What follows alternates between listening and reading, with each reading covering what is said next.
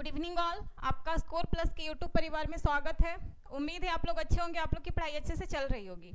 अभी हम लोग BSPHCL के लिए इलेक्ट्रीशियन ट्रेड का जो PYQ है उसको डिस्कस कर रहे हैं, ठीक है।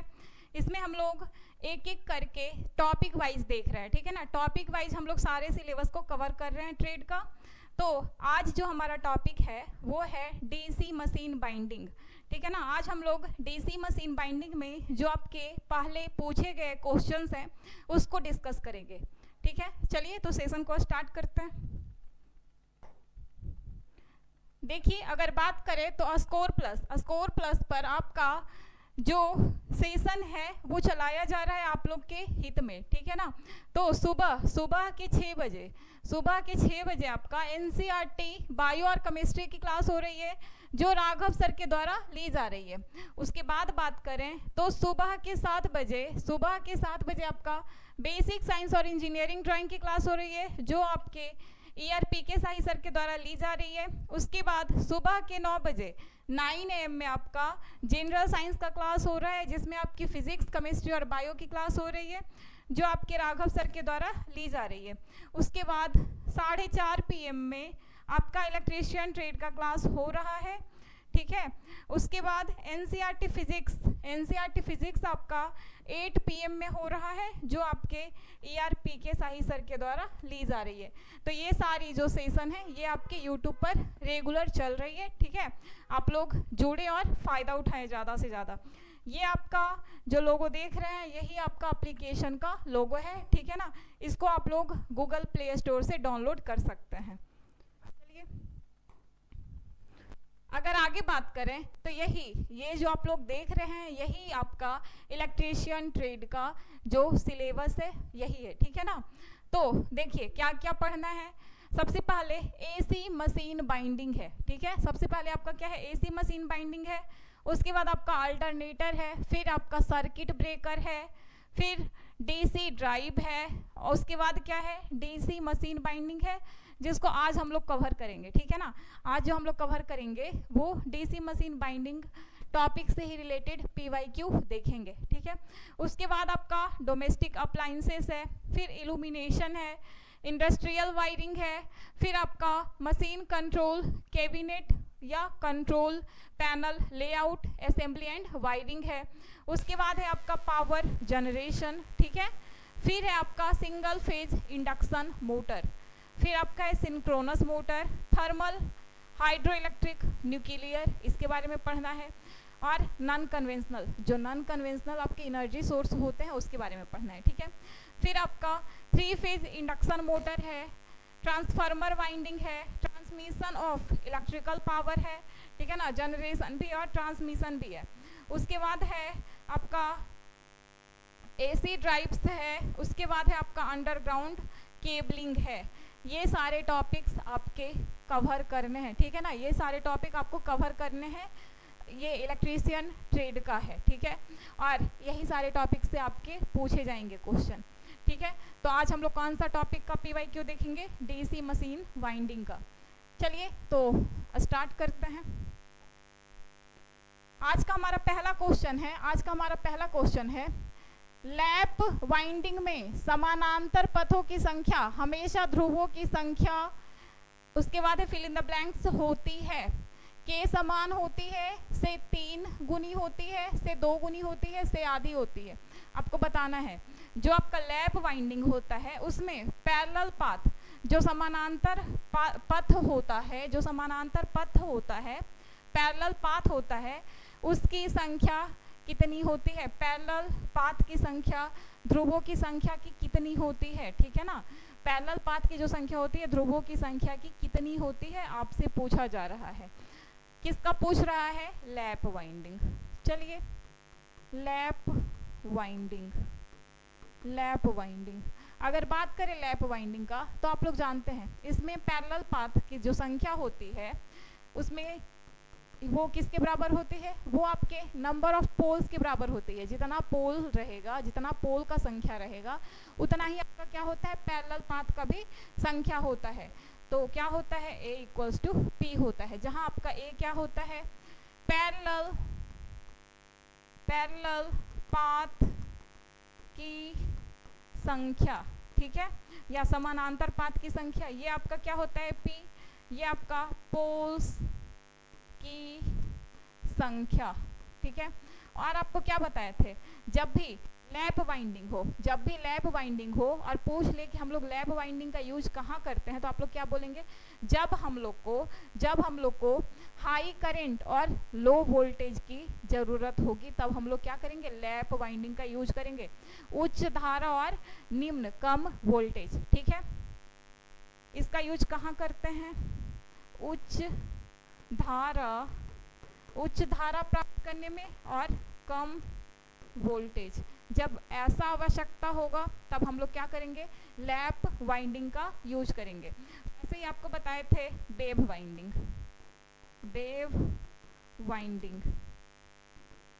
वाइंडिंग, इसमें क्या बताए थे, इसमें जो आपका पैरेलल पाथ होता है ये आपका कितने के बराबर होता है, 2 के बराबर होता है, ठीक है ना। नंबर ऑफ पोल्स से इसको कोई मतलब नहीं होता है, नंबर ऑफ पोल्स कितना भी क्यों ना हो, इसमें जो पैरेलल पाथ होगा वो हमेशा क्या होगा, 2 होगा। तो पैरेलल पाथ इसका क्या कितना होता है, तो 2 होता है, ठीक है। और इसका यूज हम लोग कहाँ करते हैं, पैरेलल पाथ 2 होता है, इसका यूज हम लोग कहाँ करते हैं, जब उच्च वोल्टेज और कम धारा की आवश्यकता होती है तब हम लोग किसका यूज करते हैं, वेव वाइंडिंग का। हाई वोल्टेज लो करंट के लिए हम लोग क्या यूज करते हैं, हम लोग करते हैं वेव वाइंडिंग का यूज करते हैं। तो अभी हमारा क्वेश्चन क्या था, लैप वाइंडिंग में समानांतर पथों की संख्या ध्रुवों की संख्या के क्या हो जाएगी, के समान हो जाएगी, 3 गुनी हो जाएगी, 2 गुनी हो जाएगी या आधी हो जाएगी। तो देखिए क्या है, A बराबर P होता है तो K समान होगी, सेम होगी। पैरेलल पाथ और पोल की संख्या क्या होगी, लैप वाइंडिंग में सेम होगी, ठीक है, क्लियर है। और ये बात भी ध्यान में रखिएगा, अगर लैप वाइंडिंग तो क्या, धारा उच्च वोल्टेज निम्न, ठीक है। अगर वेव वाइंडिंग तो हाई वोल्टेज और लो करंट, ध्यान में रखेंगे, ठीक है। ये भी डायरेक्टली आपसे पूछ लेता है, क्लियर है। चलिए आगे बढ़ते हैं, क्वेश्चन नंबर 2 पे आते हैं। क्वेश्चन नंबर 2 क्या बोल रहा है, वह बाइंडिंग जिसमें फेरों को निकटवर्ती खांचों में 2 या 2 से अधिक श्रेणी क्रम में संयोजित कुंडलियों में वितरित किया जाता है, ठीक है, उसे क्या कहा जाता है। बोल रहा है what is the winding in which the turns are distributed in adjacent slots in 2 और more coils connected in series, ठीक है ना। अगर जो आपका वाइंडिंग है उसको क्या किया जाता है, जो आपका खांचा है उसमें क्या कर दिया जाता है, वितरित किया जाता है, ठीक है ना। श्रेणी क्रम में संयोजित कुंडलियों को क्या किया जाता है, वितरित किया जाता है। तो वैसे बाइंडिंग को क्या कहते हैं, पूर्ण पिच वाइंडिंग बोलते हैं, फुल पिच वाइंडिंग बोलते हैं, पोल वाइंडिंग बोलते हैं, आंशिक पिच वाइंडिंग बोलते हैं, फ्रैक्शनल पिच वाइंडिंग बोलते हैं, या वितरित बाइंडिंग बोलते हैं। चलिए ये इसका आंसर तो आपका क्वेश्चन में ही है, चलिए आंसर बताइए आप लोग, क्या हो जाएगा।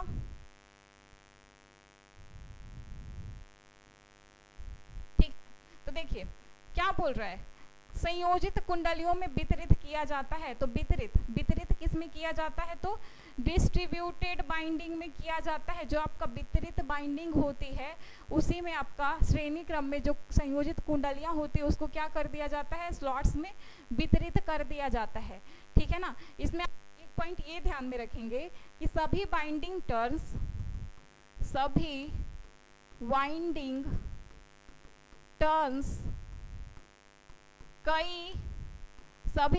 टर्न्स कई पिच या कई फुल पिच या फ्रैक्शनल पिच में क्या होते हैं, डिस्ट्रीब्यूटेड होते हैं। कई फुल पिच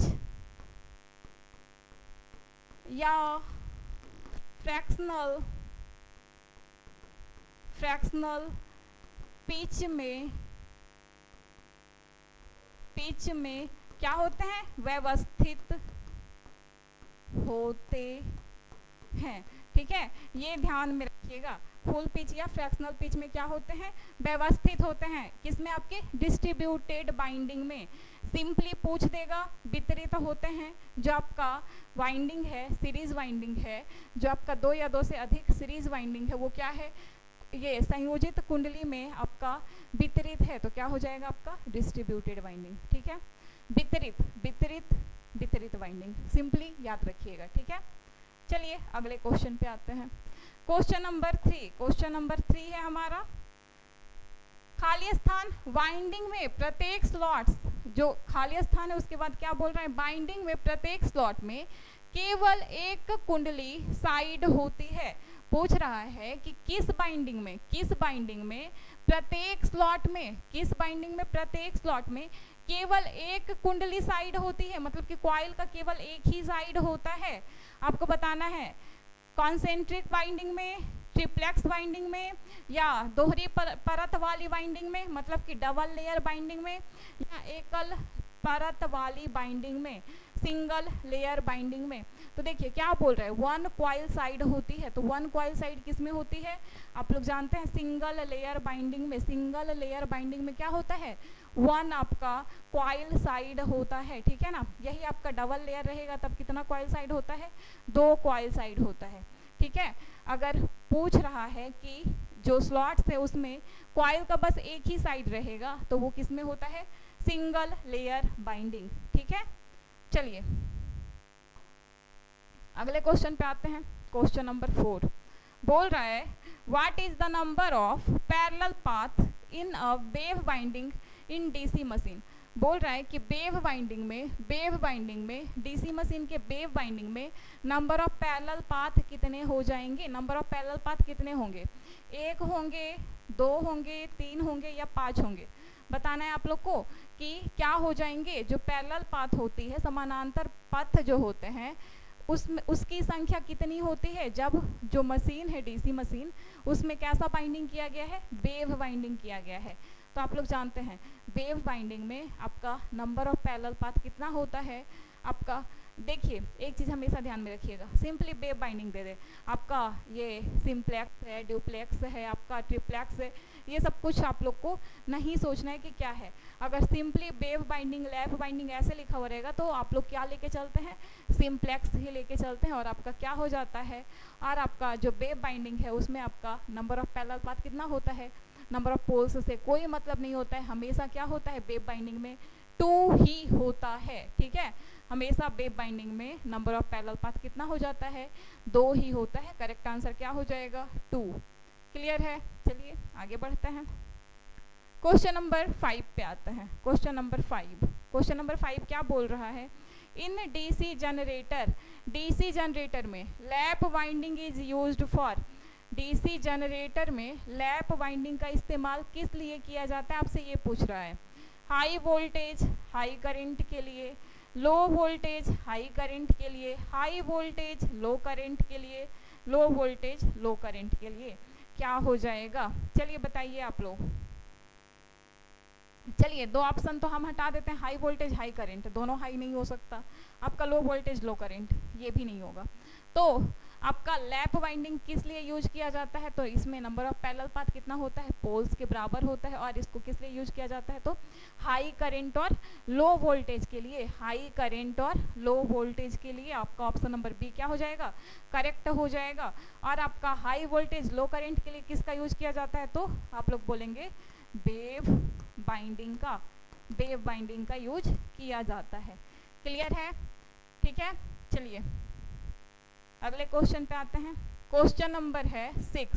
क्वेश्चन नंबर 6 बोल रहा है wire coil acts as an, बोल रहा है जो वायर कॉइल होता है, ठीक है, ये जो आपका कॉइल होता है, वायर कॉइल होता है, ये किसकी तरह बिहेव करता है, इलेक्ट्रिक प्लेट की तरह, आपका इलेक्ट्रोमैग्नेट की तरह, इलेक्ट्रिक वायर की तरह, या कंडक्टर की तरह।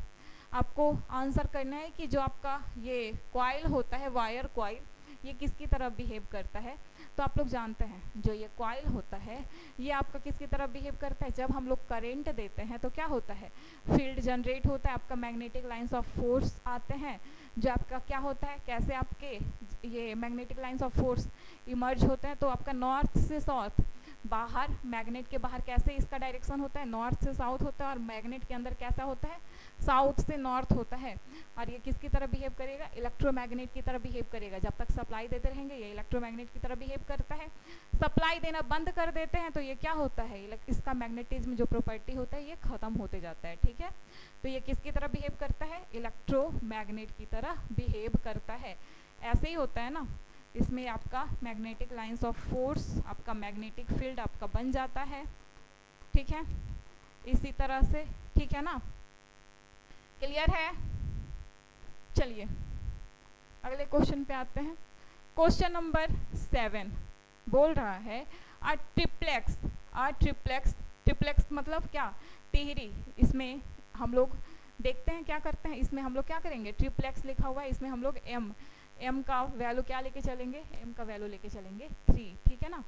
चलिए, wave binding will have parallel path, बोल रहा है कि जो ट्रिप्लेक्स वेव बाइंडिंग है इसमें पैरेलल पाथ की संख्या कितनी होती है, आपको बताना है। 2, 6, 9, 3 क्या हो जाएगा, ट्रिप्लेक्स बोल रहा है, ट्रिप्लेक्स और कैसा binding, wave binding, triplex wave binding.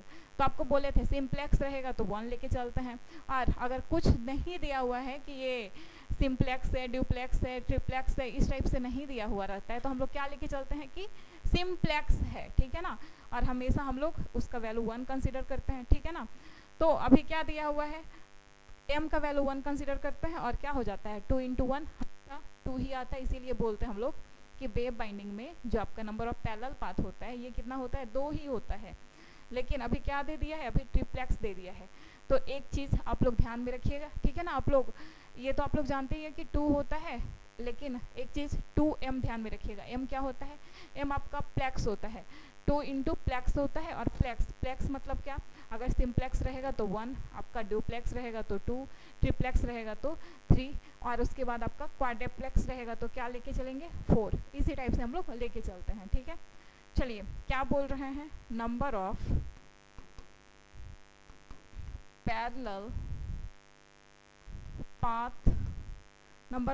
Path in wave winding. ठीक है, वेव वाइंडिंग में समानांतर पथों की संख्या क्या होती है, तो देखिए क्या होता है आपका 2 × क्या हो जाता है, 2 × प्लेक्स हो जाता है। प्लेक्स लिख देते हैं सीधे। ठीक है, एकदम आप लोग के लिए आसान रहेगा। और प्लेक्स को पता है m से रिप्रेजेंट किया जाता है, 2 × m होता है, 2m होता है। ठीक है, और अगर देखिए, अगर क्या बोल रहे हैं सिंप्लेक्स हो तब आपका क्या हो जाता है, m का वैल्यू जो हो जाता है 1 हो जाता है। ठीक है, आपका ड्यूप्लेक्स हो तो m का वैल्यू क्या हो जाता है, 2 हो जाता है। अगर ट्रिप्लेक्स हो तो m का वैल्यू क्या हो जाता है, 3 हो जाता है। ठीक है ना, तो क्या हो जाएगा, यहाँ पे ट्रिप्लेक्स है, क्वेश्चन में क्या है, ट्रिप्लेक्स दिया हुआ है। ठीक है, ट्रिप्लेक्स वेव बाइंडिंग दिया हुआ है, तो आपका क्या हो जाएगा, ट्रिप्लेक्स के लिए पैरेलल पाथ बराबर क्या हो जाएगा, 2 × 3 बराबर 6 हो जाएगा, 6 हो जाएगा, आपका 6 हो जाएगा। पैरेलल पाथ की संख्या कितनी हो जाएगी ट्रिप्लेक्स में, ट्रिप्लेक्स वेव बाइंडिंग में 6 हो जाएगी। यही अगर ट्रिप्लेक्स लैप वाइंडिंग होता, ठीक है, क्या बोल रहे हैं, ट्रिप्लेक्स लैप वाइंडिंग होता, तब इसमें पोल्स की संख्या दी हुई रहती। ठीक है ना, पोल्स की संख्या दी हुई रहती, और आप लोग क्या करते, बस यहाँ 2 की जगह p करते। ठीक है ना, नंबर ऑफ पोल्स लिखते, और इनटू यही होता है, सेम चीज। क्लियर है, चलिए आगे बढ़ते हैं। क्वेश्चन नंबर 8 पे आते हैं। बोल रहा है विच of the following types of binding is not used in DC machines nowadays. बोल रहा है कि कौन सा वाइंडिंग है जो अभी डीसी मशीन में यूज नहीं किया जा रहा है।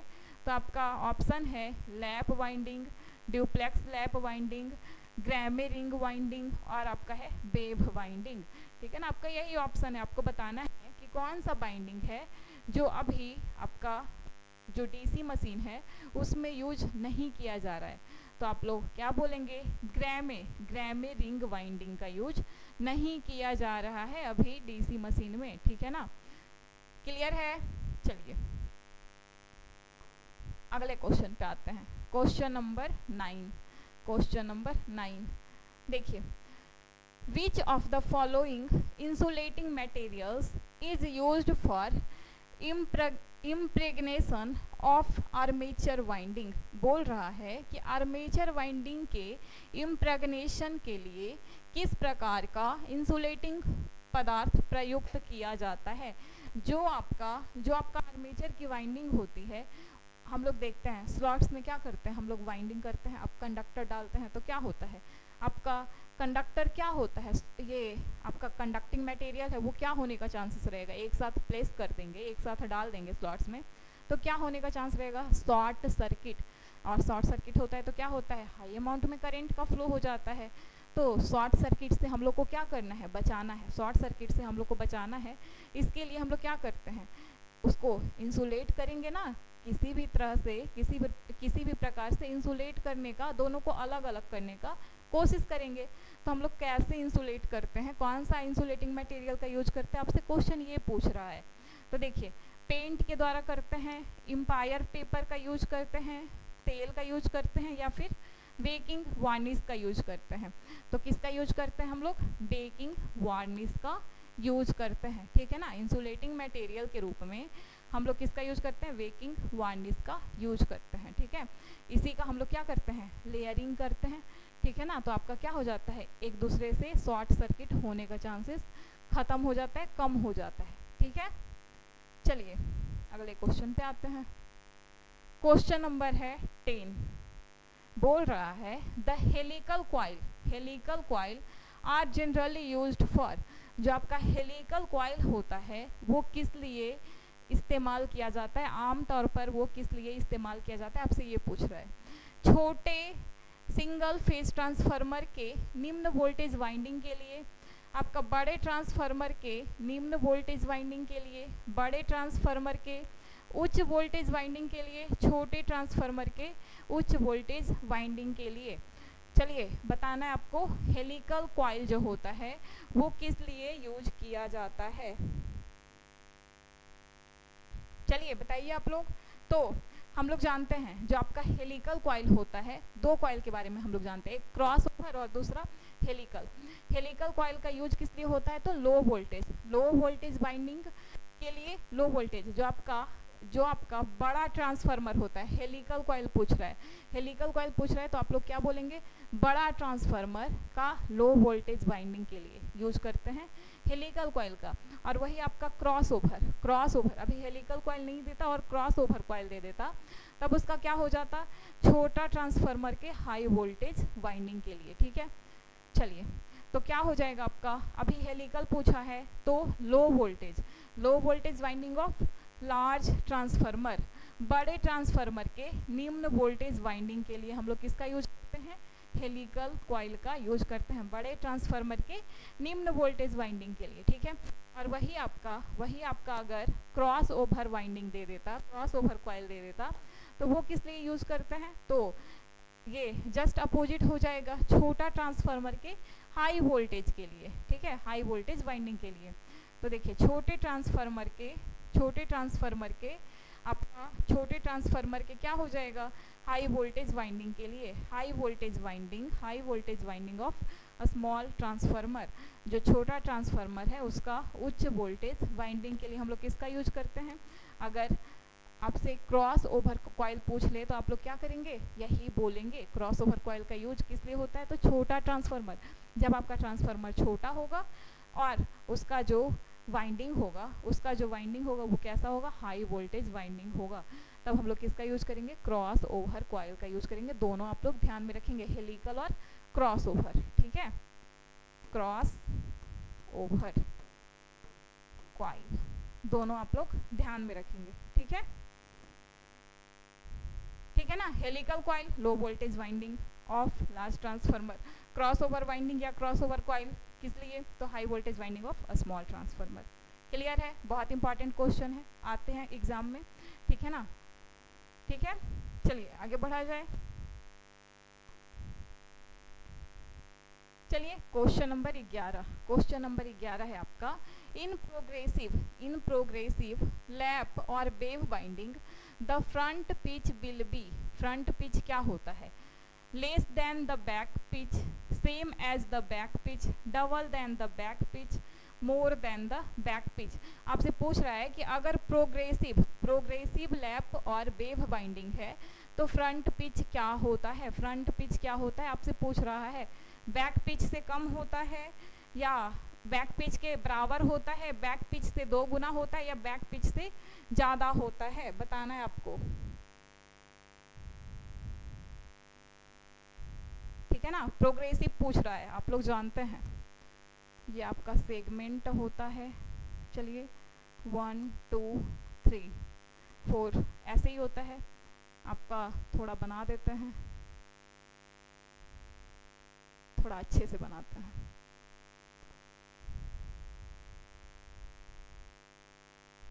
ऐसे ही होता है आपका प्रोग्रेसिव वाइंडिंग।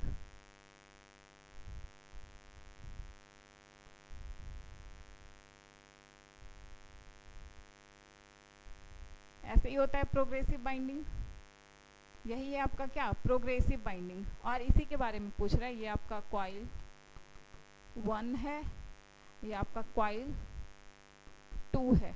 पूछ रहा है कि प्रोग्रेसिव लैप या वेव वाइंडिंग होगा तो फ्रंट पिच आपका क्या हो जाएगा, फ्रंट पिच आपका क्या हो जाएगा।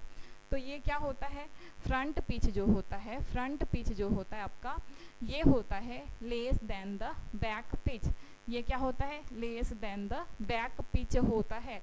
यही आपका क्या, जो आप फिगर देख रहे हैं, यही आपका प्रोग्रेसिव वाइंडिंग है। ठीक है ना। इसमें अगर बात करें तो कम्यूटेटर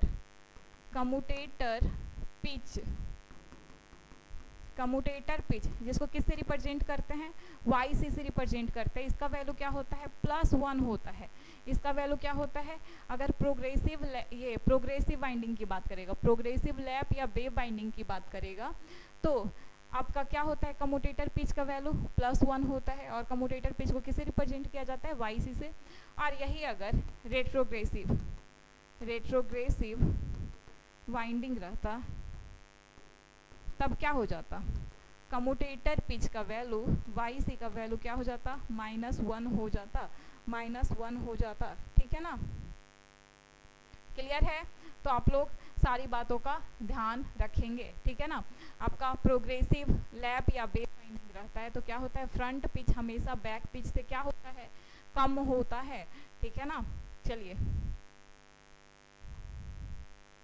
क्वेश्चन नंबर 12 बोल रहा है, बैक पिच शब्द आमतौर पर किसके संदर्भ में प्रयुक्त होता है।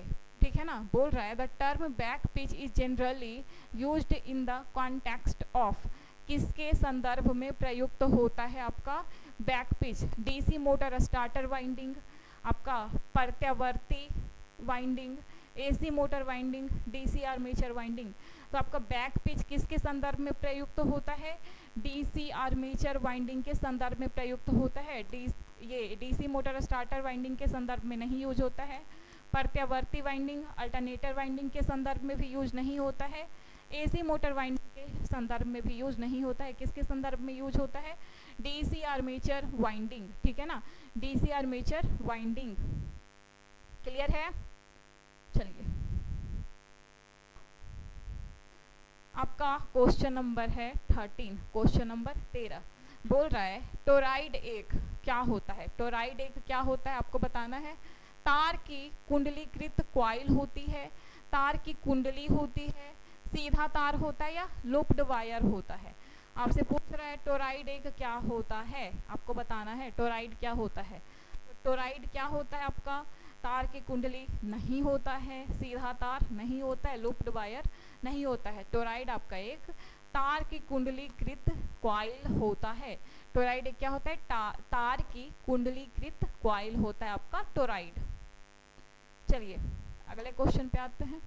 क्वेश्चन नंबर 14, क्वेश्चन नंबर 14 बोल रहा है खाली स्थान का उपयोग करके कम्यूटेटर सेगमेंट्स विद्युत रोधी किए जाते हैं। बोल रहा है कि किसका यूज करके जो कम्यूटेटर सेगमेंट्स होते हैं, आप कम्यूटेटर सेगमेंट्स, कम्यूटेटर किस टाइप का होता है, रिंग टाइप का होता है, उसमें क्या होते हैं, सेगमेंट्स होते हैं, और दो सेगमेंट्स के बीच में क्या होता है, एयर गैप होता है, और दोनों के बीच में क्या बोल रहे हैं कि क्या भरा जाता है, किससे, किस मटेरियल से दोनों सेगमेंट्स को इंसुलेट किया जाता है। तो आपको बताना है पीवीसी टेप के द्वारा किया जाता है, मिका इंसुलेशन किया जाता है, आपका फाइबर टेप का यूज किया जाता है, या कॉटन क्लॉथ का यूज किया जाता है, आपको बताना है।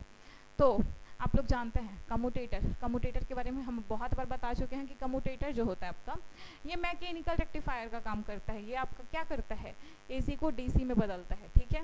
उसके बाद बताए हैं कि अगर बात करें कम्यूटेटर का, तो इसके दोनों सेगमेंट्स के बीच में किसका यूज होता है, तो मीका का यूज होता है, मीका का इंसुलेशन किया जाता है, ठीक है ना। तो ध्यान में रखेंगे आप लोग, किसका यूज किया जाता है, मीका का यूज किया जाता है इंसुलेट करने में, ठीक है ना। दो सेगमेंट्स को इंसुलेट करने में किसका यूज किया जाता है, मीका का, ठीक है। चलिए अगले क्वेश्चन पे आते हैं। क्वेश्चन नंबर 15 बोल रहा है किस प्रकार की दिष्ट धारा मशीनों के लिए पास कुंडली को प्राथमिकता दी जाती है। पास कुंडली का मतलब यहाँ पे क्या समझना है, लैप वाइंडिंग, ठीक है ना, लैप वाइंडिंग, ठीक है। पास देखकर कंफ्यूज नहीं होना है आपको, पास देखकर क्या समझना है, लैप वाइंडिंग। किस प्रकार की दिष्ट धारा मशीन, कौन सा डीसी मशीन है जिसमें आपका लैप वाइंडिंग को प्राथमिकता दी जाती है। तो देखिए, जब उच्च धारा और निम्न वोल्टता होगी तब, निम्न धारा और उच्च वोल्टता की जरूरत होगी तब, उच्च धारा और उच्च वोल्टता, निम्न धारा और निम्न वोल्टता। तो ये दोनों तो होगा नहीं, ठीक है, ये दोनों तो होगा नहीं, पहले ही दोनों उच्च नहीं होगा, दोनों निम्न नहीं होगा, ये आप लोग को पता है। तो लैप में हम बहुत बार बताए हैं, इसमें क्या होता है, ए बराबर पी होता है, और ए बराबर पी होता है, नंबर ऑफ पैरेलल पाथ जो होता है पोल के बराबर होता है। और इसमें हम लोग ये किसके लिए यूज करते हैं, तो हाई करंट और लो वोल्टेज के लिए, उच्च धारा और निम्न वोल्टता के लिए यूज करते हैं। और निम्न धारा और उच्च वोल्टता के लिए हम लोग किसका यूज करते हैं, वेव वाइंडिंग का यूज करते हैं, वेव वाइंडिंग का यूज करते हैं, ठीक है, वेव वाइंडिंग का यूज करते हैं। चलिए आगे बढ़ते हैं। क्वेश्चन नंबर 16 बोल रहा है दिष्ट धारा मशीन में आपका जो डीसी मशीन होता है उसकी बात कर रहा है। फोर पोल की संख्या कितनी है, 4 है, और कैसा बाइंडिंग है, तरंग कुंडली है, ठीक है ना, वेव वाइंडिंग है। वेव वाइंडिंग का प्रयोग किया जाता है, समानांतर पथ की संख्या होती है, समानांतर पथ की संख्या कितनी हो जाएगी, नंबर ऑफ पैरेलल पाथ की संख्या कितनी हो जाएगी, आपसे ये पूछ रहा है, 4 हो जाएगा, 8 हो जाएगा, 2 हो जाएगा, या 6 हो जाएगा। चलिए बताइए आप लोग क्या बोल रहा है। देखिए P इक्वल्स टू क्या दिया हुआ है आपका 4, आपका बाइंडिंग कैसा दिया हुआ है, वेव वाइंडिंग दिया हुआ है। और वेव बाइंडिंग में हम लोग क्या जानते हैं, पैरेलल पाथ, समानांतर पथ की संख्या बराबर क्या होता है, ए बराबर क्या होता है, 2 होता है। इसको कोई मतलब नहीं है कि आपका पोल कितना दिया हुआ है, पोल की संख्या कितनी है, ठीक है ना। तो ए बराबर क्या हो जाएगा, 2 हो जाएगा। पैरेलल पाथ की संख्या कितनी हो जाएगी, 2 हो जाएगी। आपका ऑप्शन नंबर सी करेक्ट हो जाएगा, ठीक है, बहुत बार डिस्कस कर चुके हैं। यही अगर लैप वाइंडिंग रहता तब क्या हो जाता, 4 हो जाता, पैरेलल पाथ आपका पोल के बराबर हो जाता, ठीक है। चलिए अगले क्वेश्चन पे आते हैं। क्वेश्चन नंबर 17 बोल रहा है पास और तरंग कुंडली के लिए जो आपका लैप वाइंडिंग होता है और वेव वाइंडिंग होता है उसके लिए पश्च अंतराल और अग्र अंतराल की संख्या कितनी होनी चाहिए, कैसी होनी चाहिए संख्या। पास कुंडली के लिए सम होनी चाहिए, तरंग कुंडली के लिए विषम होनी चाहिए। बोल रहा है लैप वाइंडिंग के लिए क्या होनी चाहिए, सम संख्या होनी चाहिए, और वेव वाइंडिंग के लिए क्या हो रहा है, बोल रहा है कि ऑड नंबर होनी चाहिए, ठीक है। उसके बाद बोल रहा है पास कुंडली के लिए विषम और तरंग कुंडली के लिए सम। बोल रहा है कि अगर लैप वाइंडिंग है तो उसके लिए ऑड होना चाहिए, और तरंग जो आपका वेव वाइंडिंग है उसके लिए कैसा होना चाहिए, इवन होना चाहिए। ऑप्शन नंबर सी बोल रहा है दोनों विषम होना चाहिए। ऑप्शन नंबर डी बोल रहा है दोनों सम होना चाहिए। तो आप लोग जानते हैं कि अगर अगर आपका बोल रहा है कि पास और तरंग कुंडली के लिए, दोनों के लिए, तो पश्च अंतराल और आपका ये जो पश्च मतलब क्या, जो आपका बैक पिच है और फ्रंट पिच है, बैक पिच और फ्रंट पिच है, दोनों का जो अंतराल है वो क्या होना चाहिए, ये आपका हमेशा विषम होना चाहिए, दोनों विषम होगा, ठीक है ना। फ्रंट पिच और बैक पिच का अंतराल क्या होता है, विषम होता है, दोनों विषम होता है, ठीक है ना, दोनों क्या होता है, ऑड होता है। चलिए अगले क्वेश्चन पे आते हैं, क्वेश्चन नंबर 18। यदि ध्रुव स्पान, ठीक है, यदि जो आपका पोल स्पैन है या क्वाइल पिच है, ये आपका बोल रहा है के बराबर है, ठीक है, जो आपका पोल पिच और क्वाइल पिच बराबर है, ठीक है, तो कुंडलन कहलाता है, क्या कहलाता है आपको बताना है, होल पिच्ड कहलाता है, फुल पिच्ड कहलाता है, आपका आंशिक पिच्ड कहलाता है, या आपका हाफ पिच्ड कहलाता है, ठीक है ना। तो आपको बहुत बार बताए हैं, फुल पिच्ड और शॉर्ट पिच्ड। तो फुल पिच्ड का कंडीशन क्या बताए थे, चलिए फुल पिच्ड का कंडीशन क्या बताए थे, पोल पिच बराबर, फुल पिच में क्या बताए थे, पोल पिच बराबर क्या होता है, क्वाइल पिच होता है, और थीटा इलेक्ट्रिकल इसमें क्या होता है, 180 डिग्री होता है, ठीक है ना। फुल पिच में क्या होता है, पोल पिच और क्वाइल पिच क्या होता है आपका, दोनों बराबर होता है, या आपका बाइंडिंग पिच भी लिखा हुआ रहता है, ठीक है ना। आपका क्या लिखा हुआ रहेगा, आपका बाइंडिंग पिच भी लिखा हुआ रहेगा, यहाँ पे बाइंडिंग पिच भी लिख लीजिए, वाइंडिंग पिच भी रहेगा, सब बराबर रहता है, तब आपका क्या होता है, आपका फुल पिच होता है। क्वाइल और आपका पोल पिच अगर बराबर है तो क्या उसको हम लोग बोलते हैं, फुल पिच बोलते हैं। और इस टाइम थीटा इलेक्ट्रिकल का वैल्यू आपका क्या होता है, थीटा इलेक्ट्रिकल का वैल्यू होता है आपका 180 डिग्री, ठीक है, थीटा इलेक्ट्रिकल का वैल्यू क्या होता है, 180 डिग्री होता है, ध्यान में रखिएगा। और आपको एक चीज़ और बताए थे कि अगर शॉर्ट पिच बोले, ठीक है, अगर शॉर्ट पिच बोले तो इसमें आप लोग क्या बोलेंगे, जो शॉर्ट पिच अगर पूछ दे तब क्या होता है, बाइंडिंग पिच, जो आपका बाइंडिंग पिच है वो क्या होता है, पोल पिच से क्या होता है, कम होता है, बाइंडिंग पिच जो है वो क्या होता है, पोल पिच से कम होता है। चलिए तो इसमें लिख लीजिए वाइंडिंग पिच लेस देन, क्या लिखेंगे, pole pitch, less than pole pitch. ये सारी बातों का आप लोग ध्यान रखेंगे, जो आपका वाइंडिंग पिच होता है वो क्या होता है, पोल पिच से कम होता है, अच्छा इतना हम चर्चा कर दिए तो थोड़ा और चर्चा कर दें। ये आपका क्या है, पोल पिच है, अगर पोल पिच कभी निकालने के लिए पूछ दे तो आप लोग कैसे निकालेंगे पोल पिच, और पूछ देता है क्वेश्चन में डायरेक्टली आपका पोल पिच निकालने के लिए, तो कैसे निकालेंगे, तो जब भी आपका पोल पिच क्वेश्चन में निकालने के लिए पूछेगा तो स्लॉट्स की संख्या दी हुई रहेगी और पोल्स की संख्या दी हुई रहेगी, ठीक है ना। तो नंबर ऑफ स्लॉट्स अपॉन क्या होता है, नंबर ऑफ पोल्स, स्लॉट्स की कुल संख्या अपॉन क्या होता है, डिवाइड करते हैं किससे, पोल्स की कुल संख्या से, ठीक है। क्या होता है pole pitch, number of slots upon number of क्या होता है, पोल्स होता है, नंबर ऑफ पोल्स होता है, ठीक है ना, यही आपका क्या हो जाता है, पोल पिच हो जाता है। तो ये सारी बातों का आप लोग क्या करेंगे, ध्यान रखेंगे, ठीक है, क्लियर है। तो अभी हमारा क्या हो जाएगा, ध्रुव स्पान और क्वाइल पिच क्या बोल रहा है, बराबर है, तो फुल पिच हो जाएगा, ठीक है ना। चलिए अगले क्वेश्चन पे आते हैं, क्वेश्चन नंबर 19। कुंडली पक्षों की संख्या कुंडली संख्या का कितना गुना होता है, बोल रहा है the number of sides of the coil is, कितना टाइम्स होता है कॉइल का। तो देखिए कोई भी कॉइल, इसको कैसे समझना है, कोई भी कॉइल बना देता है, ये आपका कॉइल है, यही तो आपका कॉइल होता है, ठीक है, यही आपका कॉइल होता है, ये ए बोल देते हैं, ये ए डैश बोल देते हैं, यही आपका कॉइल है, यही आपका कॉइल है, ठीक है, यही आपका कॉइल है। तो बोल रहा है कि कोई भी कॉइल है तो उस कॉइल में साइड्स कितनी होती है, साइड्स कितनी होती है, कितना गुना होता है, number of sides of the coil is, खाली स्थान है, times of number of coil. कोई भी एक कॉइल है, यहाँ पे क्या है, नंबर ऑफ कॉइल, क्या है, नंबर ऑफ कॉइल एक है, ठीक है, एक कॉइल हम लोग बनाए हैं, ठीक है ना।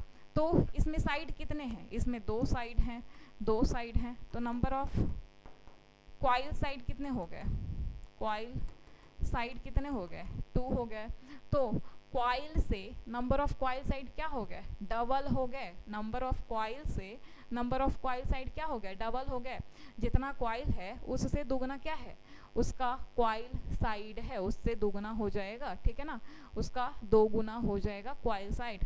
तो क्या हो जाएगा, ट्वाइस, 2 गुना होते हैं, 2 गुना होते हैं, ठीक है ना, 2 गुना होते हैं। जितना कॉइल रहेगा उससे दुगना उसका क्या हो जाएगा, साइड हो जाएगा, ठीक है। ये आपका कॉइल है, तो आपका कॉइल कितना है, एक है, साइड कितना है, देखिए एक साइड 2 साइड, कितना हो गया आपका, नंबर ऑफ कॉइल साइड कितना हो गया, 2 हो गया। क्लियर है, ठीक है ना। चलिए आगे बढ़ें। चलिए क्वेश्चन नंबर 20, क्वेश्चन नंबर 20 पे आ गए हम लोग। बोल रहा है डीसी मशीन में, दिष्ट धारा मशीन में 6 पोल, लैंप नहीं, लैंप नहीं, लैप, 6 पोल लैप कुंडली का प्रयोग किया जाता है, ठीक है। जो डीसी मशीन है उसमें कैसा ये वाइंडिंग किया जाता है, लैप वाइंडिंग किया जाता है, और नंबर ऑफ पोल कितना दिया हुआ है, 6 दिया हुआ है। समानांतर पथों की संख्या क्या होगी, आपसे पैरेलल पाथ की संख्या पूछ रहा है कि क्या होगी, 6 होगी, 2 होगी, 8 होगी या 4 होगी। तो देखिए क्या बोल रहा है, क्वेश्चन में दिया हुआ है P = 6, पोल्स की संख्या कितनी दी हुई है, 6 दी हुई है, और बाइंडिंग आपका कैसा है, लैप है। लैप में हम लोग क्या जानते हैं, नंबर ऑफ पैरेलल पाथ, समानांतर पथ की संख्या जो होती है वो पोल्स के बराबर होती है, पोल्स की संख्या के बराबर होती है। तो आपका पैरेलल पाथ क्या हो जाएगा, ए बराबर क्या हो जाएगा, 6 हो जाएगा, ए बराबर क्या हो जाएगा, 6 हो जाएगा। समानांतर पथ की संख्या कितनी हो जाएगी, 6 हो जाएगी, ठीक है। चलिए आज का यही था हमारा सेशन, यही हम लोग आज हम लोग क्या देख रहे थे, डीसी मशीन वाइंडिंग का क्वेश्चन देख रहे थे, ठीक है ना। इसके बाद हम लोग एसी मशीन वाइंडिंग का भी क्वेश्चन देखेंगे, ठीक है ना। कुछ क्वेश्चन और है डीसी मशीन वाइंडिंग का, उसको हम लोग देख लेंगे, उसके बाद हम लोग एसी मशीन वाइंडिंग देखेंगे, ठीक है। तो आज का क्लास इतना ही, आपका और भी सेशन चल रहे हैं आपके यूट्यूब पे। आपका जैसे आपको पता ही है, सुबह के 6 बजे 6 AM में, 6 AM लिख देते हैं, 6 AM में आपके चल रहे हैं एनसीईआरटी बायो और केमिस्ट्री की क्लास, ठीक है, बायो और केमिस्ट्री की क्लास हो रही है। उसके बाद आपका 7 AM में आपका PACD चल रहा है। उसके बाद आपका 4:30 PM में 4:30 PM में आपका चल रहा है इलेक्ट्रीशियन ट्रेड। उसके बाद आपका 8 PM में आपका चल रहा है NCERT फिजिक्स। सारे सेशन में आप लोग जुड़े और ज़्यादा से ज़्यादा फ़ायदा उठाएं, ठीक है ना, ज़्यादा से ज़्यादा फ़ायदा उठाएं। ये आपका यूट्यूब का शेड्यूल है, ठीक है। और ये आप जो लोगो देख रहे हैं यही आपका स्कोर प्लस एप्लीकेशन का लोगो है, जिसको आप लोग गूगल प्ले स्टोर से डाउनलोड कर सकते हैं और अपने अकॉर्डिंग आप लोग इस पे जो आपका एप्लीकेशन है उस पर विजिट करके अपने अकॉर्डिंग कोर्सेज भी देख सकते हैं, ठीक है। ठीक है, तो आज की क्लास में इतना ही, मिलते हैं अगली क्लास में। Thank you all.